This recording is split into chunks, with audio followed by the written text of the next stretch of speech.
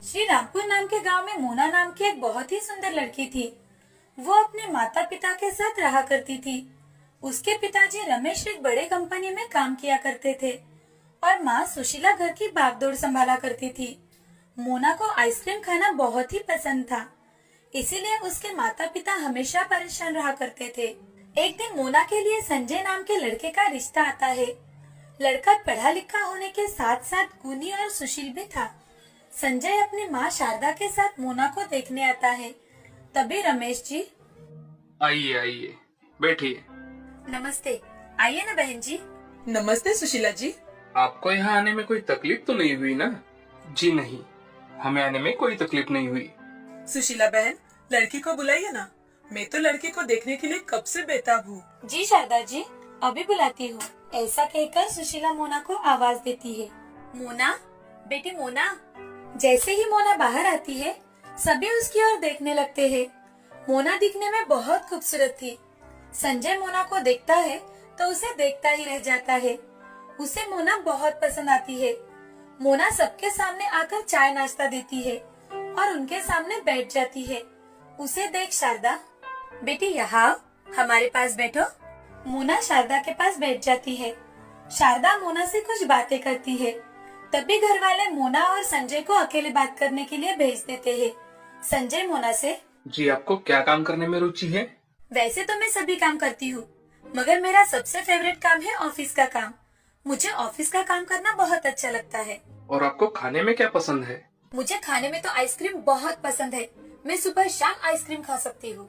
अच्छा, आइसक्रीम आपको इतनी पसंद है? जी। संजय और मोना थोड़ी देर के लिए बातें करते हैं और नीचे आते हैं। तभी सुशीला मोना से, बिटिया तुम्हें लड़का पसंद तो है ना? मोना शर्मा कर वहाँ से चली जाती है। तभी शारदा अपने बेटे संजय से, तुम्हें लड़की पसंद है संजय? हाँ माँ। संजय के हाँ कहते ही सुशीला सभी का मुंह मीठा करती है। कुछ ही दिनों बाद संजय और मोना की शादी हो जाती है। शादी के बाद सब सही चल रहा था, मगर मोना की आइसक्रीम खाने की आदत ससुराल में नहीं छूट पाई थी। ये देख शारदा चिंतित रहने लगी। शारदा एक दिन मोना से, अरे बहू, थोड़ा आइसक्रीम कम खाया करो। हमारे घर में दूसरा भी कुछ खाने के लिए बनता है, उसे खाया करो। सासू माँ, आइसक्रीम से ज्यादा अच्छी चीज तो इस दुनिया में है ही नहीं। मैं हर रोज आइसक्रीम खा सकती हूँ। हाँ, वो तो दिखता है, मगर तुम्हें पता भी है इसे खाने से क्या क्या नुकसान होते हैं? सासू माँ, इसके नुकसान के बारे में क्यों सोचती हो आप? ये सोचिए ना, बनाने वाले ने क्या चीज बनाई है जिसे कितना भी खाओ मन ही नहीं भरता।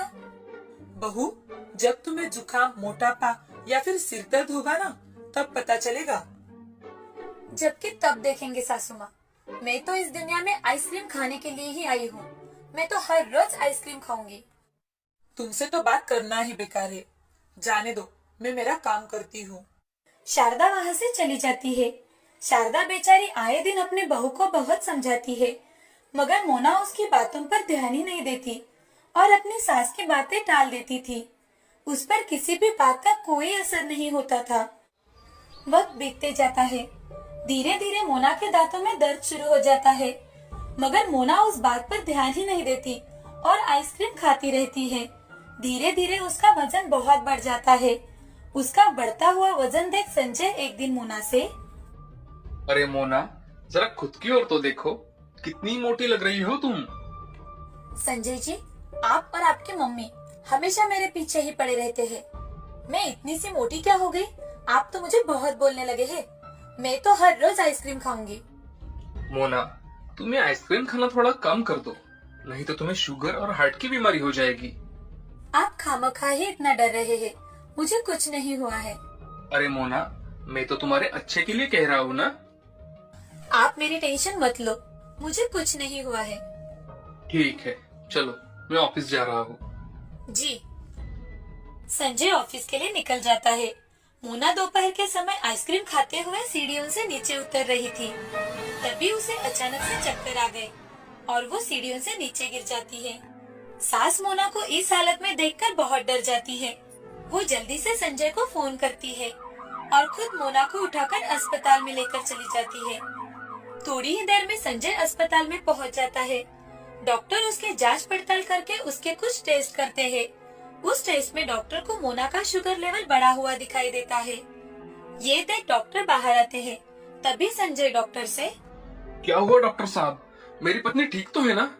जी उनका शुगर लेवल बहुत बढ़ गया है, इसलिए उनको चक्कर आ रहे हैं। डॉक्टर साहब, मेरी बहू हर रोज आइसक्रीम खाती है और यूँ कहिए ना कि उसे आइसक्रीम के सिवा कुछ भी अच्छा नहीं लगता। शायद इनके आइसक्रीम की आदत ही इनकी शुगर लेवल बढ़ने का कारण है। अगर आप उन्हें सही सलामत चाहते हैं तो आपको उनकी ये आदत छुड़वानी होगी। जी डॉक्टर, मैं उसे कभी भी आइसक्रीम खाने नहीं दूंगा। ऐसा कहकर संजय मोना से मिलने के लिए उसके कमरे में चला जाता है। संजय कमरे में जाते ही मोना से, मोना, तुम्हें अभी भी आइसक्रीम खानी है तो बताओ मुझे, मैं अभी आइसक्रीम लेकर आता हूँ तुम्हारे लिए। कौन सी लाऊं बताओ जरा, वेनिला लाऊं, स्ट्रॉबेरी, बटर स्कॉच? हाँ, आप मुझसे ऐसे क्यों बात कर रहे हो? क्या कहा डॉक्टर ने? तुम्हारी ज्यादा आइसक्रीम खाने की वजह से तुम्हें शुगर की बीमारी हो गई है और अब तुम आइसक्रीम तो क्या मीठा तक नहीं खा सकती। क्या? संजय की बात सुनकर मोना जोर जोर से रोने लगती है। उसका रोना देख संजय मोना से, मोना, अब रोने से कोई फायदा नहीं है। हमने तुम्हें कितना समझाया मगर तुमने हमारी एक ना सुनी। मैं इस बात को लेकर नहीं रो रही। तो फिर तुम रो क्यों रही हो? मैं आइसक्रीम नहीं खा सकूंगी इसलिए रो रही हूँ। हे भगवान, क्या करूँ मैं तुम्हारा? ऐसा कहकर संजय मोना के साथ घर चला जाता है। ऐसे ही समय बीतता जाता है। मोना आइसक्रीम खाने की आदत छोड़ने की बहुत कोशिश करती है। उसके साथ ही वो प्राणायाम और डेली एक्सरसाइज भी करने लगती है। उससे उसका शुगर लेवल कम होने में मदद होती है। साथ ही साथ मोना का मोटापा कम हो रहा है, ये देख घर वाले बहुत खुश हो जाते हैं। ऐसे ही एक दिन उसे पता चलता है कि वो संजय के बच्चे की माँ बनने वाली है। वो संजय से, संजय जी, मुझे आपको एक बात बतानी है। हाँ कहो मोना, क्या बात है? संजय जी, आप पापा बनने वाले हो और मैं माँ बनने वाली हूँ। मोना, मैं आज बहुत खुश हूँ। मैं तो आज ऑफिस में मिठाई बांटूंगा। माँ, माँ। संजय ये खुशखबरी अपनी माँ को सुनाता है। उनके घर में जैसे खुशहाली छा जाती है। ऐसे ही 7 महीने बीत जाते हैं। एक दिन संजय मोना के साथ एक शादी में चला जाता है। वहाँ से लौटते समय उनके कार का बहुत ही बड़ा एक्सीडेंट हो जाता है। उन दोनों को तुरंत ही अस्पताल में भर्ती करवाया जाता है, जहाँ संजय को जल्दी होश आ जाता है, मगर मोना को होश ही नहीं आता।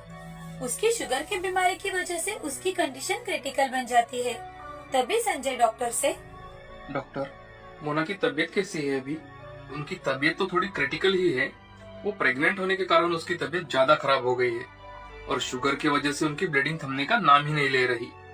डॉक्टर साहब, आप कुछ कीजिए, मेरी बीवी और मेरे बच्चे को बचा लीजिए। संजय जी, हम हमारी पूरी कोशिश कर रहे हैं। लगता है हमें उनकी प्रीमैच्योर डिलीवरी करनी होगी। आपका साइन लगेगा हमें। जी डॉक्टर साहब, अभी करता हूँ। ऐसा कहकर डॉक्टर उनके सामने पेपर रख देते हैं और संजय जल्दी से उन पेपर्स पर साइन कर देता है और डॉक्टर मोना की प्री मैच्योर डिलीवरी कर देते हैं। तभी मोना की सास शारदा अस्पताल में आ जाती है। पूरे 2 घंटे के बाद डॉक्टर ऑपरेशन थिएटर से बाहर आते हैं और संजय से, मुबारक हो संजय जी, आपको बेटी हुई है। माँ और बच्ची दोनों सही सलामत है। बच्चे अभी कम महीने की होने के कारण हमने उसे अंडर ऑब्जर्वेशन में रखा है। धन्यवाद डॉक्टर साहब, मैं आपका शुक्रिया कैसे अदा करूँ समझ में नहीं आ रहा। अब आप भी थोड़ा आराम कर लीजिए। डॉक्टर वहाँ से चले जाते हैं। तभी संजय और शारदा मोना के पास चले जाते हैं। दोनों को देख मोना बहुत खुश हो जाती है। तभी शारदा मोना से, बहू तुम माँ बन गई हो और मैं दादी बन गई हूँ। मोना की आंखों में आंसू आ जाते हैं। ये देख शारदा मोना से, आज के बाद बिल्कुल नहीं रोना, समझी? माँ जी, मेरी वजह से मेरी बच्ची आज इस मुसीबत का सामना कर रही है। मैं आज के बाद आप सबकी बातें मानूंगी। मुझे माफ कर दीजिए। माँ जी, मैंने आपको बहुत भला बुरा कहा। अरे बहू, छोटी छोटी बातें तो वही भूल जानी अच्छी होती है। मैं तो कब की भूल गई और तुम भी जल्दी से घर आ जाओ, समझी? हाँ माँ जी। कुछ दिनों बाद मोना अपने बच्चे को लेकर घर आ जाती है। सब घर के सदस्य मिलकर नन्ही परी का स्वागत करते हैं। उस दिन से मोना अपने परी के साथ खुशी खुशी रहने लगती है। साथ में ही मोना अपनी आइसक्रीम खाने की आदत को त्याग देती है और अपने पूरे परिवार का ख्याल रखती है। इस कहानी से हमें ये सीख मिलती है कि कुछ बातें बड़ों की मानकर अपने जीवन का भला हो सकता है। कौन सी भी चीज ज्यादा मात्रा में खाने से अपने शरीर को हानि हो सकती है, इसीलिए कोई भी चीज एक लिमिट तक ही खानी चाहिए।